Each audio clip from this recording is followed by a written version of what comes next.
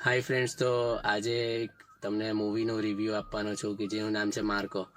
અને એ Marco movie મેં ગઈકાલે જ જોઈ અને મને નેક્સ્ટ લેવલ એક્શન મૂવી લાગી, જે અત્યાર સુધી નહીં બની. ઓબ્વિયસલી એવી મૂવી આજ સુધી નહીં બની, કેમ કે ગઈકાલે જ મને અમારા ફ્રેન્ડ સર્કલ થ્રુ વાત જાણવા મળી. એ લોકોએ મને સજેસ્ટ કર્યું. જસ્ટીને મને પહેલાં તો સજેસ્ટ કર્યું કે પ્લીઝ જીજુ તમે જોઈ આવો મૂવી, આવી મૂવી નહીં બની. કિલ પછી જો કોઈ મૂવી બની હોય તો એ આ છે. અને પહેલાં તો મને વિશ્વાસ જ નહીં હતો, પણ 2-3 જણાએ સેમ સજેસ્ટ કર્યું કે પહેલાં તો એણે એવું જ કીધું કે ફેમિલીને એમાં લઈને નહીં જતા જો કોઈ ને કમજોર હૃદયવાળું કોઈ હોય તો. અને એટલી ક્યુરિયોસિટી વધારી. અને પહેલું તો એણે એવું કીધું કે આ 24 વર્ષ મણિનગરમાં રહી ચૂક્યો છે આ પિક્ચરનો હીરો. અને એટલી બધી એણે વખાણ કરતો હતો કે થિયેટરમાં જજો. તો હું અને માર્વિન ફટાફટ અમે નેક ટુ નેક ટાઈમે પહોંચ્યા. વીઆરમાં ગયા જોવા આઇનોક્સમાં, અને 9 વાગે શાર્પ 9 વાગે રાત્રે પહોંચી ગયા. અને મોસ્ટલી બધા એક્શન લવર્સ જ હતા.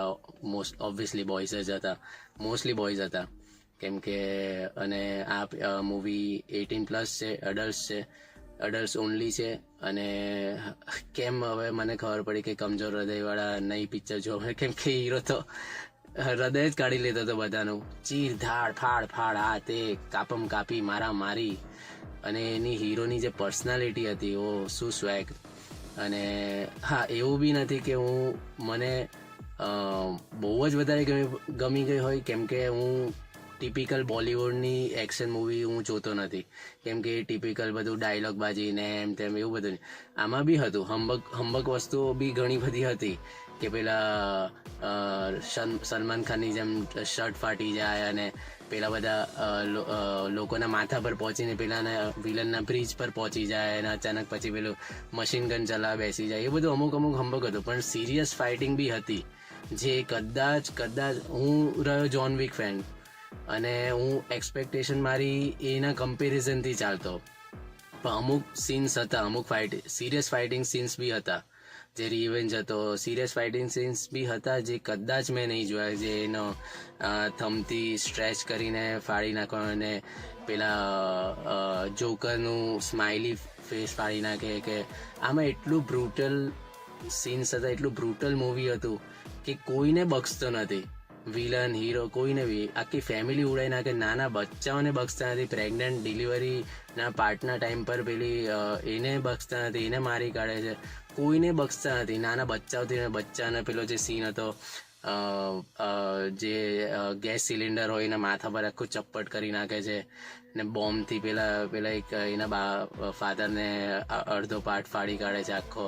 અને એવા એટલા ડેન્જર સીન્સ હતા જે અમુક તો હું પણ જોઈને આમ થોડુંક મને એ થતું હતું. એટલે જે લોકો ખરેખર ઝીલી શકતા હોય એ લોકો જ જજો. અને હીરોની પર્સનાલિટી, એનો સ્વેગ, એની dialogue delivery, scenery, climax, revenge જે રીતનો હતો, જે ઇમોશન્સ હતા ભાઈની વચ્ચે. અને KGF અને યશ ને એ બધા તો આ હીરોની પાછળ પાણી ભરે. શું પર્સનાલિટી હતી, મિનિમમ બોલતો હતો. અને જે છે કે you are messing with the wrong guy, તે બહુ ખતરનાક હતું. અને તમે બધાએ આ ડેફિનેટલી જો એક્શન લવર હો તો રિયલમાં એક્શન મૂવી જોવા માંગો છો, જે અત્યાર સુધી આપણા હિન્દી સિનેમામાં એવું આવા ટાઈપનું મૂવી નહીં બન્યું, તો તમે આ પ્લીઝ મિસ નહીં કરતા. અને કેમ કે તમે એવી એક્શન જોવાના છો જે આજ સુધી મેં તો નહીં જોયું એટલીસ્ટ. એટલે અને ખાસ કહીશ કે આમાં તમને મળશે સિનરી, તમને સ્ક્રીન પ્લે, તમને ડાયલોગ્સ, બધું જ તમને મસાલા આમાં મળી જશે. સ્ટાર્ટિંગનું થોડુંક સ્લો હશે, જો તમને સ્લો ફીલ કરશો મૂવીમાં, કેમ કે એની સ્ટોરી છે, એનું બેકગ્રાઉન્ડ છે, એ બધું છે કે એ લોકોનું ફેમિલી એક્ઝેક્ટ શું, બધું એનું મિક્સ સ્ટાર્ટિંગમાં થોડું સ્લો હોઈ શકે, પછી છે એ પકડ બનાવે છે. અને ખાસ કરીને BGM હતું કન્ટિન્યુ. અને જે પેલો એક સીન હતો કે જે સ્ટેર્સ પર ચડે જ જાય છે અને પેલા લોકો આવે જ જાય છે, માર્યા જ કરે છે. મને થોડુંક જોન વીકમાં ટાઈપનો લાગ્યો કે કન્ટિન્યુ ફ્લો વિલન્સનો, જે એ લોકોના બધા આવીને માર્યા જ કરે છે, પેલો બી કન્ટિન્યુ સીડી પર ચડ્યા કરે છે, માર્યા જ કરે છે, ગપા કાપમ કાપી. એટલે બહુ જ ખતરનાક નેક્સ્ટ લેવલ હતો. તો તમે લોકો મિસ નહીં કરતા.